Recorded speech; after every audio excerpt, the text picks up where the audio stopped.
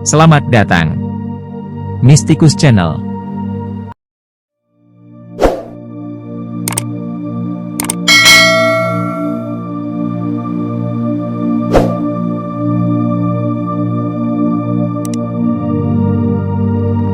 Abu Bakar Al-Qahtani, sang pelita Masjidil Haram. Abu Bakar Muhammad bin Ali bin Ja'far Al-Qahtani, lahir di Baghdad.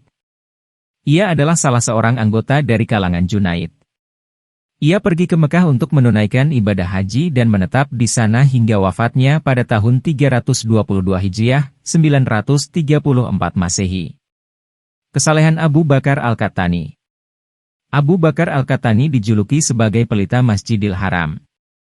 Ia menetap di kota Mekah hingga wafatnya. Ia selalu melakukan sholat sepanjang malam dan membaca Al-Quran hingga hatam. Ketika tawaf di Ka'bah, ia sempat membaca 20.000 ayat. Selama 30 tahun, ia duduk di bawah air mancur di dalam Masjidil Haram dan selama itu pula ia cukup bersuci sekali dalam 24 jam. Di samping itu ia pun tak pernah tidur. Ketika masih remaja ia meminta izin kepada ibunya untuk pergi menunaikan ibadah haji. Ketika mencapai padang pasir, Abu Bakar mengisahkan, "Aku bermimpi sehingga aku harus bersuci. Dalam hati aku berkata, mungkin aku tidak mempunyai persiapan yang selayaknya. Maka aku pun kembali pulang. Sesampainya di rumah, kudapati ibu sedang menantikan di balik pintu. Aku bertanya kepadanya, 'Ibu, bukankah ibu telah mengizinkan aku pergi?' 'Ya,' jawab ibuku, 'tetapi tanpa engkau, aku tak sanggup melihat rumah ini lagi. Sejak engkau pergi, aku duduk di tempat ini. Aku telah bertekad tidak akan beranjak dari tempat ini sebelum engkau pulang kembali. Itulah sebabnya sebelum ibuku meninggal dunia, aku tidak mau mencoba mengarungi padang pasir lagi.'" Abu Bakar Al-Qahtani meriwayatkan sebagai berikut. "Ketika aku berada jauh di tengah padang pasir terlihatlah olehku mayat seseorang. Mayat itu tersenyum. 'Hi! Mengapa engkau dapat tersenyum sedangkan engkau sudah mati?' aku berseru. 'Karena kasih Allah,' jawab mayat itu. Ada sedikit kebencian di dalam hatiku kepada Ali, pangeran manusia-manusia yang beriman, Amirul Mukminin," Abu Bakar Al-Qahtani mengakui. Lain tidak adalah karena Nabi pernah mengatakan, tidak ada satria sejati selain daripada Ali. Dan karena kesatriaannya itulah, walaupun golongan Muawiyah berada di pihak yang salah dan dia di pihak yang benar, Ali menyerah kepada mereka agar pertumpahan darah tidak terjadi. "Aku mempunyai sebuah rumah kecil antara Syafa dan Marwah," Abu Bakar melanjutkan. "Di rumah itu aku bermimpi melihat Nabi beserta sahabat-sahabat yang dikasihinya. Nabi menghampiri dan merangkulku. Kemudian sambil menunjuk ke arah Abu Bakar ia bertanya, 'Siapakah dia itu, Abu Bakar?' Jawabku. Kemudian Nabi menunjuk ke arah Umar dan aku menjawab, 'Umar.' Setelah itu Nabi menunjuk ke arah Utsman dan aku menjawab, 'Utsman.' Terakhir sekali ketika Nabi menunjuk ke arah Ali, aku merasa sangat malu untuk menjawab karena selama ini aku menaruh benci kepadanya. Kemudian Nabi mendamaikan aku dengan Ali, dan kami saling berangkulan. Setelah itu semuanya meninggalkan tempat itu kecuali aku dan Ali. 'Ayo, marilah kita pergi ke Gunung Abu Kubais,' Ali mengajakku.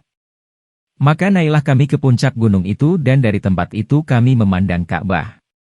Ketika aku terjaga, ternyata diriku telah berada di puncak Gunung Abu Kubais. Sedikit pun tidak tersisa kebencianku kepada Ali lagi." Abu Bakar mengisahkan pula. "Aku pernah bersahabat dengan seseorang, dan dalam persahabatan itu aku merasa sangat canggung. Aku beri dia suatu hadiah, tetapi kecanggungan itu tidak hilang. Aku bawa ia ke rumahku dan kukatakan kepadanya, 'Taruhlah kakimu di mukaku.' Mula-mula ia menolak, tetapi aku terus mendesak. Akhirnya ia menaruh kakinya ke mukaku sedemikian lamanya sehingga kecanggunganku itu sirna dan berubah menjadi cinta. Pada suatu ketika, dari sebuah sumber yang halal, aku menerima uang 200 dirham. Uang itu kubawa untuk sahabatku itu dan kutaruh di atas sajadahnya. 'Pergunakanlah uang itu untuk keperluanmu,' aku berkata kepadanya. Dengan lirikan matanya ia memandang dan menjawab, 'Hidupku yang seperti sekarang ini telah kubeli dengan harga 70 dinar. Apakah engkau hendak menghanyutkanku dengan uangmu itu?' Kemudian ia bangkit menepiskan sajadahnya dan meninggalkan tempat itu. Seumur hidup belum pernah aku menemukan manusia yang bermartabat seperti dia, dan belum pernah aku malu seperti ketika aku memunguti kepingan-kepingan dirham itu. Abu Bakar Al-Qahtani mempunyai seorang murid yang sedang sekarat menantikan ajalnya.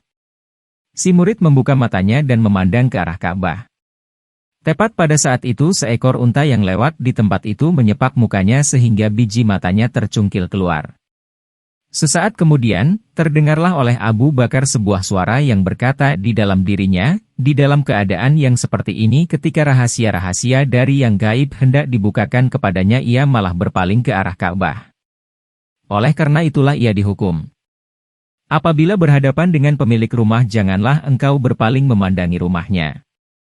Seorang tua berwajah cerah berseri-seri, mengenakan sebuah jubah yang anggun. Pada suatu hari ia melewati gerbang Banu Syaibah dan menghampiri Qahtani yang sedang berdiri dengan kepala tertunduk. Setelah saling mengucapkan salam, orang tua itu berkata, "Mengapa engkau tidak pergi ke makom Ibrahim?" Seorang guru besar telah datang dan ia sedang menyampaikan hadis-hadis yang mulia. Marilah kita ke sana untuk mendengarkan kata-katanya. Siapakah perawi dari hadis-hadis yang dihutbahkannya itu? Qahtani bertanya. Dari Abdullah bin Ma'mar dari Zuhri, dari Abu Hurairah dan dari Muhammad, jawab orang tua itu. Sebuah rantaian para perawi yang panjang, Qahtani berkata. Segala sesuatu yang mereka sampaikan melalui rantaian panjang para perawi di tempat itu dapat kita dengarkan secara langsung di tempat ini. Melalui siapakah engkau mendengar? Orang tua itu bertanya. Hatiku menyampaikannya padaku langsung dari Allah, jawab Qahtani. Apakah kata-katamu itu dapat dibuktikan? Orang tua itu bertanya. Inilah buktinya, Qahtani menjawab, hatiku mengatakan bahwa engkau adalah Khidir. Selama ini aku mengira tidak ada sahabat Allah yang tidak kukenal, Khidir berkata. Demikian halnya sebelum aku bersua dengan Abu Bakar Al-Qahtani. Aku tidak mengenal dia tetapi dia mengenalku. Maka sadarlah aku bahwa masih ada sahabat-sahabat Allah yang tidak kukenal tapi kenal kepadaku. Qahtani meriwayatkan pula, di dalam sebuah mimpi aku bertemu dengan seorang remaja yang sangat tampan. Siapakah engkau ini? Aku bertanya kepadanya. Kesalehan, jawabnya. Di manakah tempatmu? Tanyaku.